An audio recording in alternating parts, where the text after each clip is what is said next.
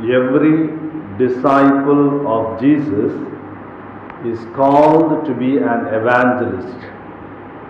And to be an effective evangelist, we need life and actions more than words and preaching, because the values of the gospel are not taught but caught.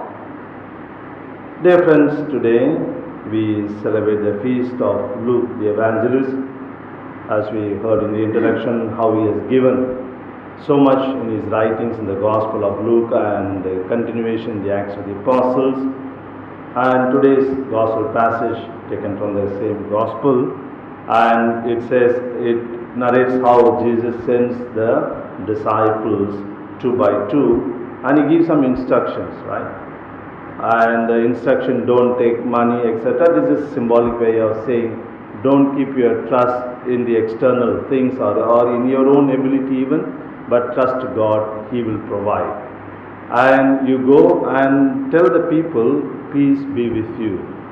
And he says, the harvest is plentiful, but the laborers are few. And today the world is really hungry for the Word of God, the peace in their lives, and to find hope and meaning in their lives. But oftentimes they do not know where to go, and that is why Jesus says every disciple needs to evangelize the Word of God, the values of the gospel. Now in today's world, to evangelize means actually at the bottom line is to manifest God's presence in the godless world.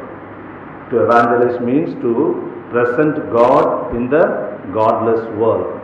And for that we have various means. For example, the church for the past 2000 years, it has been engaging itself in various activities, social ministry, medical ministry, education ministry, and so on. And the main purpose is to give God to them and to give the values of the gospel. And we may not be always successful, and we may not be always received well. We may have to find rejections, opposition, personally, also as an institution, but that should not deter us from doing the great work of evangelization. That's what Jesus says in a similar passage in Matthew. If some town doesn't accept you, don't feel bad. Just come out of it and go to another place. That means it's not guaranteed that we'll be received. The evangelist will be received with warm and cordial hearts and so on. So there will be hardships. That's why he says, I am sending you like a lamb in the amidst of wolves. So the situation may be difficult. That's why we can see an irony. On the one hand, there's a great desire for love of God and peace in the heart, and peace in the communities, peace in the world. On the other hand, when that is given, not all people receive it properly or willingly or happily. Why? Perhaps they think that this is not the source of peace, this is not the source of life and meaning. They have misplaced values. They think that peace and joy and satisfaction and happiness will come from some other sources, maybe from a lot of money, maybe from social status or influence. And because of that misplaced values, the evangelization really suffers a great setback. That's why everybody is not received. Everyone does not receive this good news, the values of the gospel in a very open and friendly and cordial manner. That's why there's a stiff opposition. You know, my dear friends, today to evangelize means to make God's love present. And to do that, we need to practice what we preach. So practicing is more important what we preach.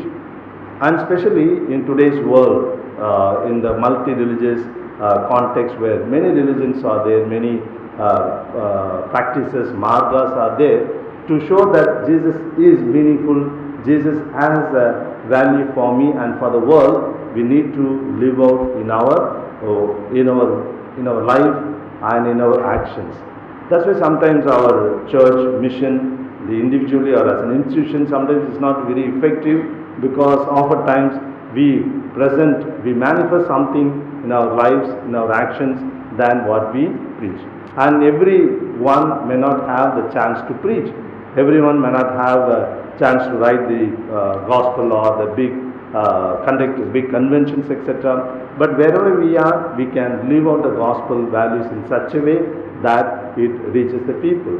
Because values, especially gospel values, cannot be taught, but it has to be caught. It will be more effective when we live out. All right. Let's do a small demonstration. Are you ready? Yes. Just put your hands up in the front like this. You can tell him also. Yes. Stretch your hands like this. Yeah. Okay, good. Bring your hands on the top of your head. Your head, not the neighbor's head. That we are always ready. You can keep on the head. Oil will be there. Okay. You can bring it back. You are doing very perfectly like obedient school children. Alright. Bring your hands to your forehead. Forehead. Okay. Bring back. Now bring your hands to your nose.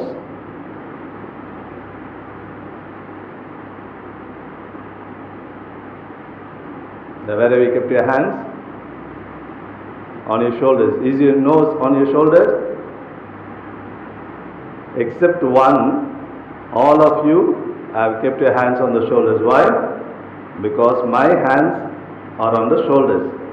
Though I clearly said, keep your hands on your nose, you were not following that. And everybody knows what the nose means, and everybody knows where the nose is. But because I put my hands on my shoulders, you all followed and kept your hands on the shoulders. What does it show?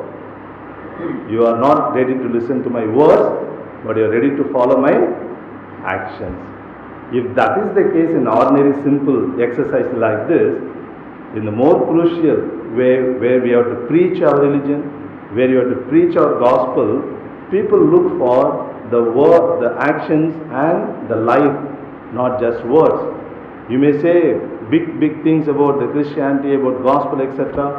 But if our life and actions go against them, all our preaching becomes useless, meaningless, because people are ready to follow our actions and life, not just preaching and the words. That is why a simple traditional proverb in English: actions speak louder than words. Actions speak louder than words. Let us think about it today.